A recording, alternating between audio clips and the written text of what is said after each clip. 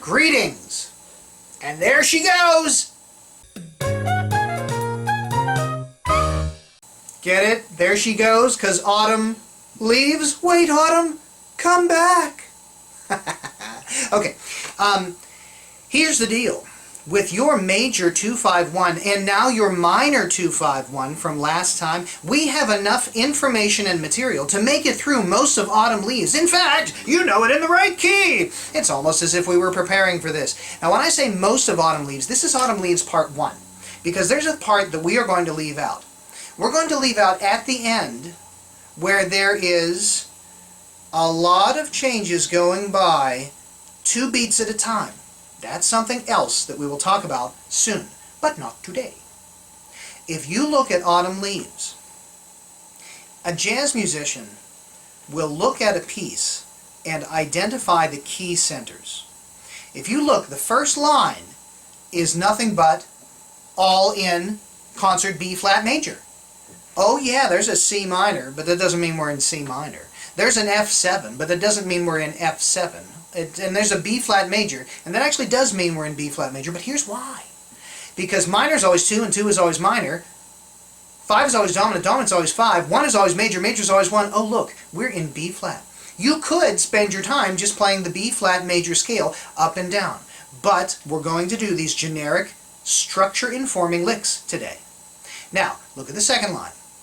There is an A half diminished.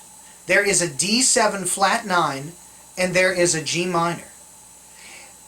Now the rules have changed. Remember, because it ends in minor, minor is 1, 5 is dominant 7 flat 9, and 2 is half diminished, that wonderful, delicious, mysterious creature that comes by just every other one in the harmonic minor scale. It's not that hard. We're going to play our generic licks over the entire form of Autumn Leaves, except for the end where we have all those 2-beat chord changes. On the very last line, something needs to be said. There is an E flat 7, which then leads to a D7, which then leads to your G minor. This is a cool thing that jazz players like to do. It's called a tritone sub. What is a tritone? Okay. In ancient times, there was the perfection of the perfect fifth.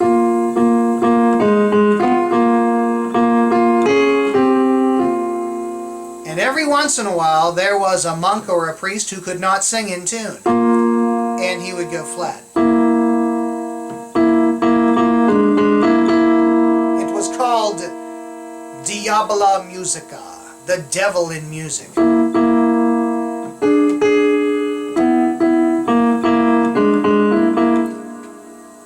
Isn't it interesting that if you get down into it with the guide tones, jazz is based on the tritone, which was at one time considered the devil's music. Oh, what does that say about our beloved art form, huh? Anyway, the tritone is a flat fifth. So you go up a fifth and then you make it flat. So let's say that you are on E flat. What is a tritone away from E flat? Well, you take your E flat, go up a fifth to B flat, down a half step, that's A. Wait a minute! Now I understand the last line, because instead of an E flat, you're going to have A, D, G. What's that sound like? Since G is minor, it's A half diminished, D7 flat 9, G minor. It's a 2-5-1!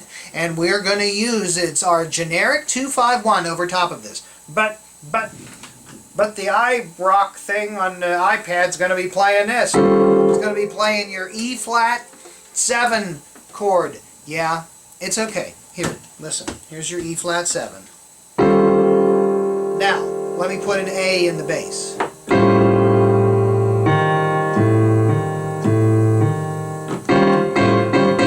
Tritone sub is a way of brightening up and refreshing old changes.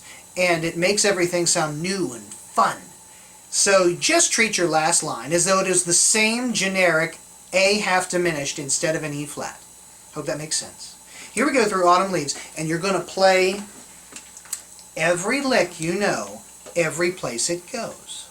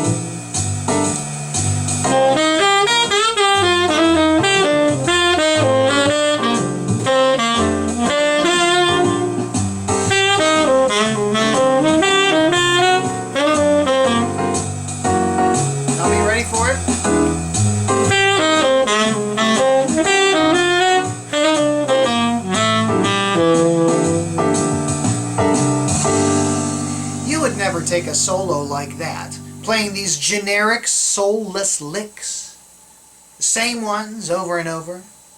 But when you're building an understanding of the underlying structures, this can't be beat.